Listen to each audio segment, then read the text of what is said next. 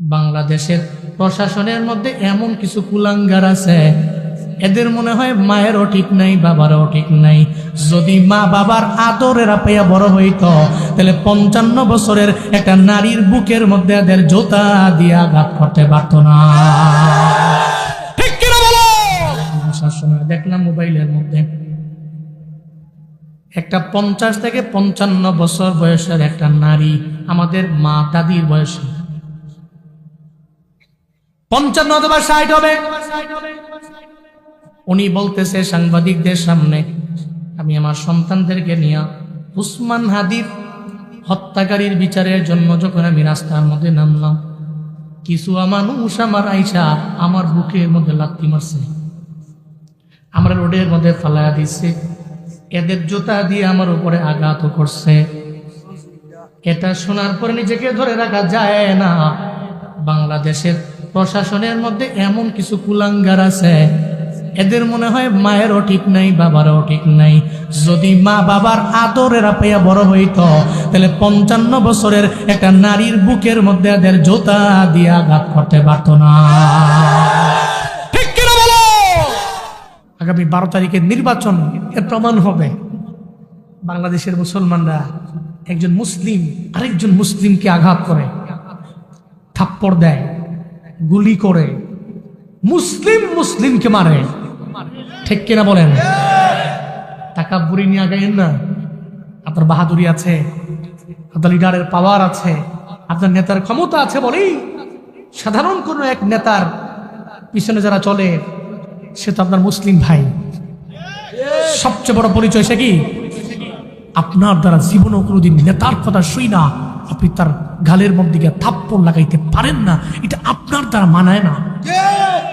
এটা আপনি পারেন না, তো এটা আপনার দ্বারা যায় না। আপনি মুসলিম, সেও মুসলিম, আপনারা দুইজন ভাই। কি আমরা ভাই, এটা মাথায় রেখেন। এত ভাব লইেন না, মরে যাবেন একদিন আপনি।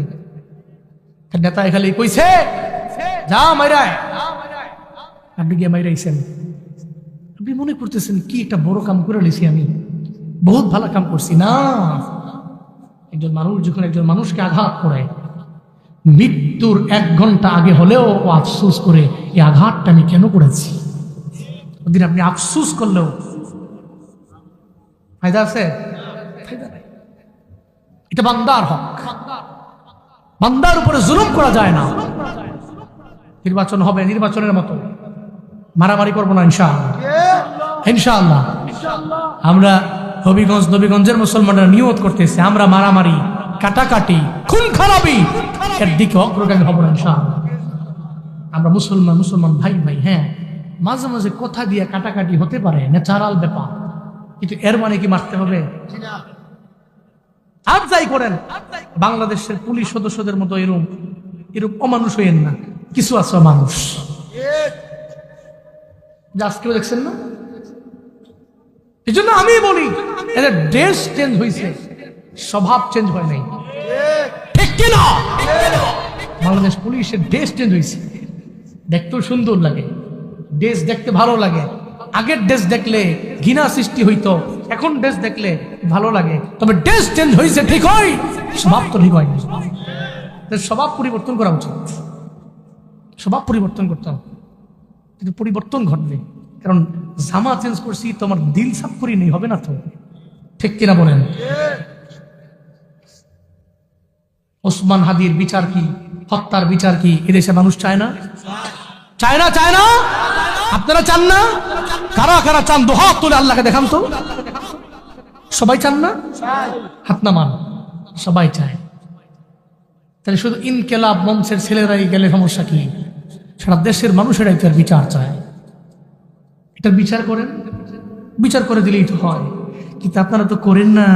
কি এক রাগব বোয়াল জানি আর ভেতরে আছে, 1 সপ্তাহ 1 মাস পরে পরে খালি 9-6 করেন।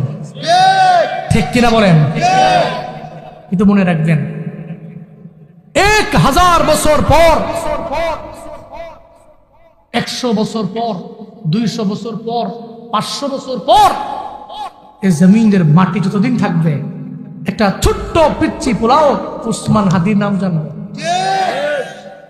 ওরা গর্ব করবে এই জমিনে এমন এক ছেলে ছিল নিজের ক্ষমতার জন্য নিজের জান দেয়নি, এর দেশের জন্য দশের জন্য জান দিয়েছে। কনফার্ম তার মরণ হবে, এটা জেনেও সে রাজপথে লড়েছে।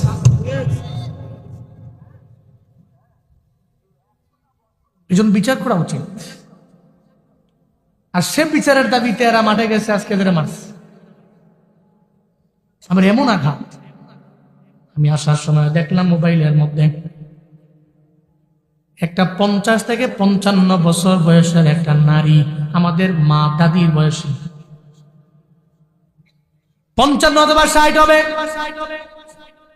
উনি বলতেছে সাংবাদিকদের সামনে, আমি আমার সন্তানদেরকে নিয়ে উসমান হাদির হত্যাকারীর বিচারের জন্য যখন আমি রাস্তার মধ্যে নামলাম, কিছু মানুষ আমার আইসা আমার বুকের মধ্যে লাথি মারছে, আমার রোডের মধ্যে ফালায়া দিচ্ছে, এদের জুতা দিয়ে আমার উপরে আঘাত করছে।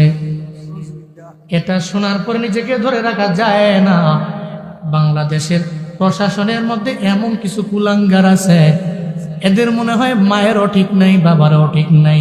যদি মা বাবার আদরের পেয়ে বড় হইতো, তাহলে 55 বছরের একটা নারীর বুকের মধ্যে এদের জুতা দিয়ে আঘাত করতে পারত না।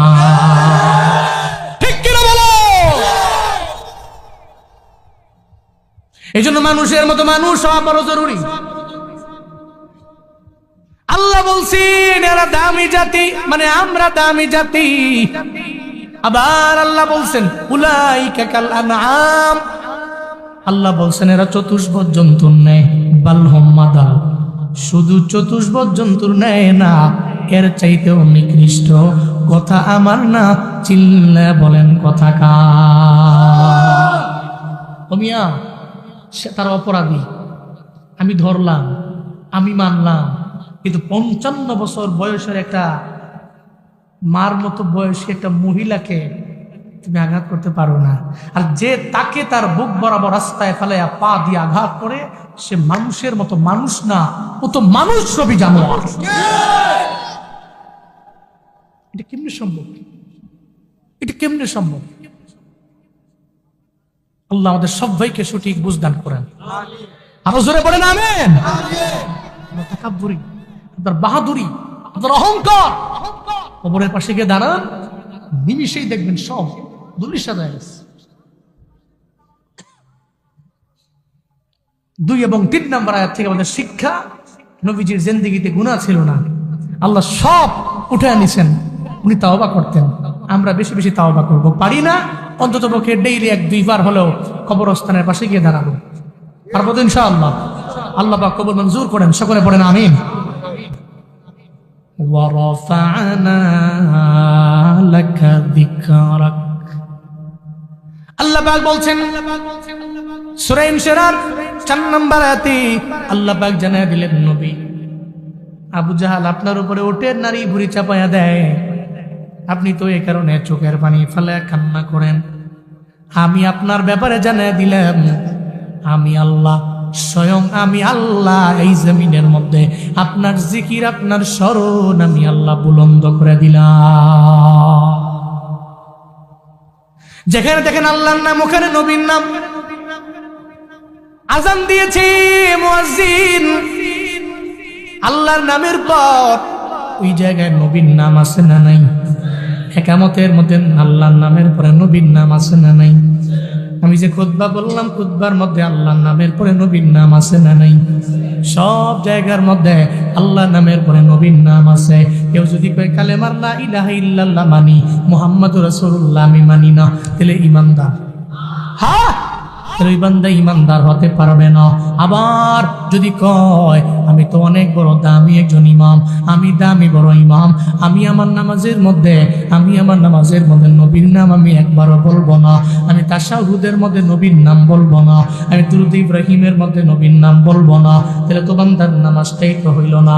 যত বড় ইমাম হোক, যত বড় মুয়াজ্জিন হোক, যাই হোক না কেন, আল্লাহ কয় নবী চিন্তা নাই, ইন্না আতাইনাকাল কাউসার ফাসাল্লি লিরাব্বিকা ওয়ানহার ইন্না শানিয়াকা হুয়াল আবতার। আজকে আবু জাহাল সাহাবতবারা আপনার দ্বারে দ্বারে আইসা আপনার উপরে ওঠেন, নারী বুড়ি চাপায়। আপনার মন খারাপের দরকার নাই, আমি আল্লাহ ওয়াদা দিয়ে দিলাম এই জমিনে আবু জাহালের নাম নেওয়ার মতো কেউ থাকবে না, কিন্তু আপনার নাম নেওয়ার মতো জমিনে উম্মতের অভাব হবে না। কথা বলেন ঠিক কিনা? আমার নবীর নাম নেওয়ার মতো উম্মতের অভাব নাই। মদিনা থেকে বাংলাদেশের হবিগঞ্জের নবীগঞ্জের টুকের বাজার কত দূর, এরপরেও দেখবে রাতের বেলা বয়ান লাগে, রাতের বেলা ঘুমায় না, বালিশ বেজায় ফেলে, চোখ দিয়া ঘোরায় ঘোরায় পানি পড়ে, নবীর কাহিনী শুই না কান্দে। মুরব্বীটা সাহাবায়ে কেরামের জিন্দেগি লাগা চোখ দিয়া ঘোরায় ঘোরায় পানি পড়ে। কিরে মুরব্বী কান্দো কেন? আমি তো বুড়া মানুষ, আমি তো গরিব মানুষ, আমি চাইলেও তো নবীর কাহিনী শুনি, মদিনায় আমি যেতে পারি না। আল্লাহর দরবারে কান্না করে আর বলে, মাওলা রে, তুমি তো আমার এমন এক গরিব বানাইলা, জমিনের ধনীরা রমজান মাসে উমরায় যায়, চোখের পানি ফেলায় ফেলায়, মধ্যবিত্ত আর গরিব পোলাডায় চোখের পানি ফেলায় ফেলায় কান্না করে। নবীরে দেখছো নি? কয় না। নবীর চেহারা মোবারক দেখছো? কয় না। এরপরও নবীর জন্য কেন কান্দ?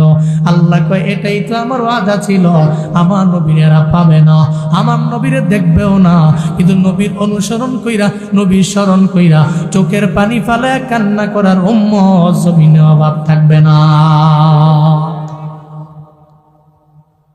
যার প্রমাণ হলো নবীগঞ্জের মুসলমানেরা আল্লাহর নবীর জন্য কান্না।